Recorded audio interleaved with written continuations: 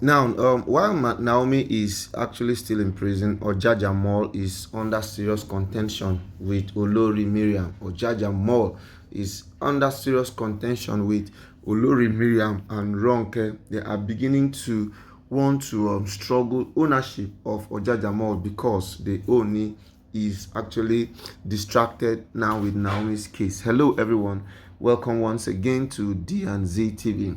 It's D&D TV, the place where we give you up-to-date information of everything happening in the entertainment industry and also the Oni of Ife's Palace. We are here once again to give you up-to-date information of everything that is happening. If you've not subscribed to the channel, this is an opportunity for you to subscribe to our channel. Subscribe to our channel, click on the subscribe button, comment, like, and share. Let's keep the conversation going as we bring you up-to-date information. All right. So we are actually entering the second week of Naomi's incarceration, and a lot of people are all involved trying to see how they can all get a voice and see how Naomi can come out.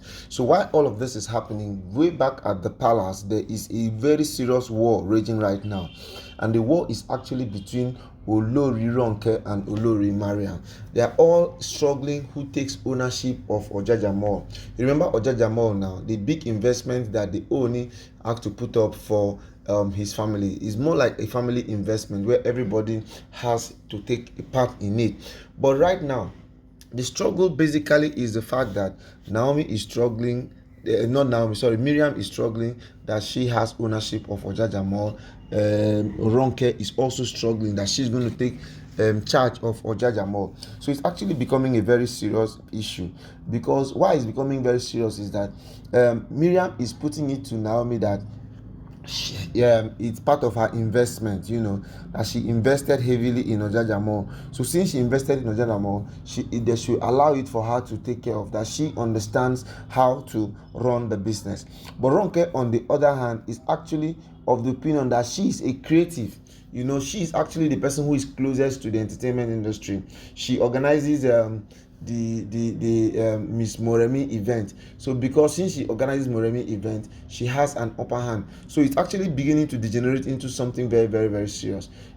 It's actually beginning to generate something very serious, and the owner himself has actually been distracted with this Naomi's thing. After the last time that he spoke over the week, he was actually seen with Governor Sheyi Makinde trying to put effort and see that Naomi gains freedom once again. So I think the only right now has been able to exonerate himself in the sense that now finally he wants to see that the right thing is done and Naomi is going to be released. From what we are seeing now, this week that we are entering, everything is going to be done to see that Naomi is released. So now where I actually have a problem now is that I think these women are actually a little bit shameless. Yes, these women are really, really, really shameless, because if they are not shameless, how on earth would they be struggling properties when, because they feel that Naomi is still in detention, they're now beginning to struggle properties?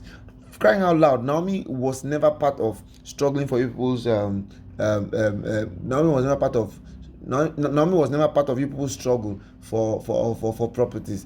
Naomi is actually very, very contented with what she has. So for anybody who now thinks that they can now come out and begin to struggle properties, they're actually doing their own some very serious disservice.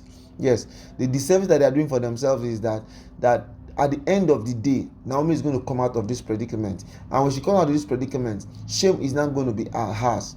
And now the owner also understands, because from all indications, the owner also understands that people are beginning to add a voice in the whole matter. People are beginning to say, okay, he needs to free Naomi, he needs to do this, he needs to do that. So in all of that, the onus now lies on him to do the right thing, and from the look of things, he's actually beginning to do the right thing. So for Naomi and Ashley, for Naomi and Ronke, and for Mariam and Ronke now, who now feel that the best thing for them to do is to struggle ownership of Ojaja Mall, it actually becomes a very big problem. Yes, it's actually a very big problem, because now how can you be struggling properties of a man who is still alive? The truth about the matter is the owner is still well. Not just well, he's 100% well. So now he is well, and you now come from nowhere struggling ownership of the property that you didn't keep.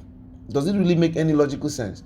Now, Miriam has insisted that about 60% of her investment is in the family business. So now, if 60% of your investment is in the family business, does it give you right to ownership of that investment? These are the things that we're trying to look about. These are the things that we should be analyzing.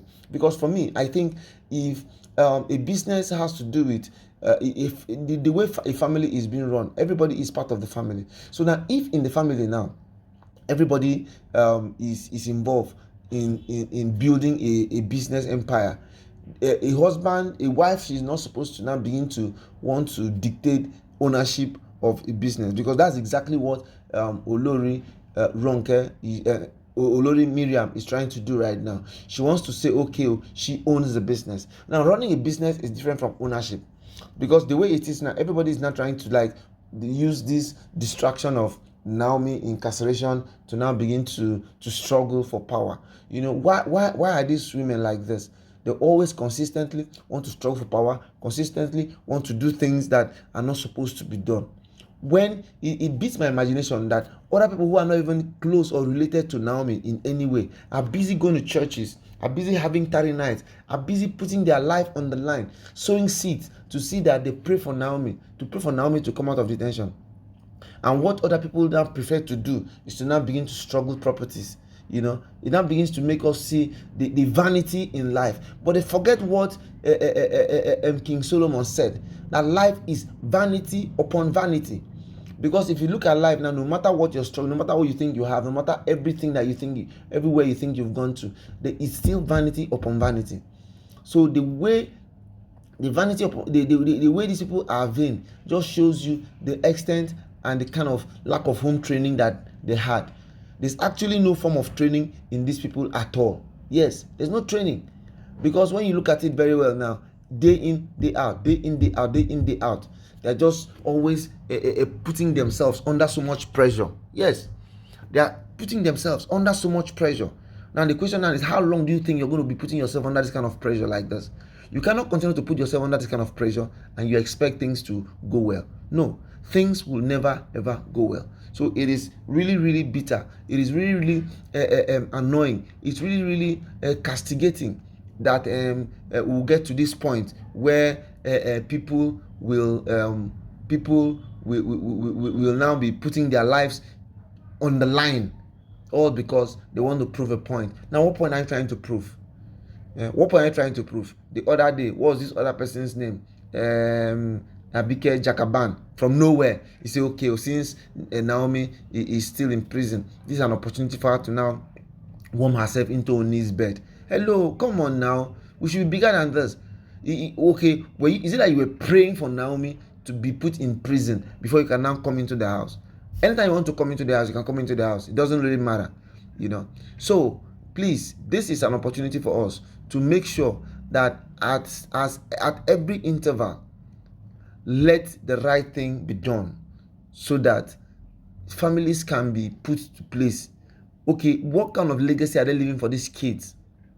These children now that they are born, what kind of legacy are they leaving for them? Are they leaving something good, or they just want to keep something that will make it look as if they are not serious?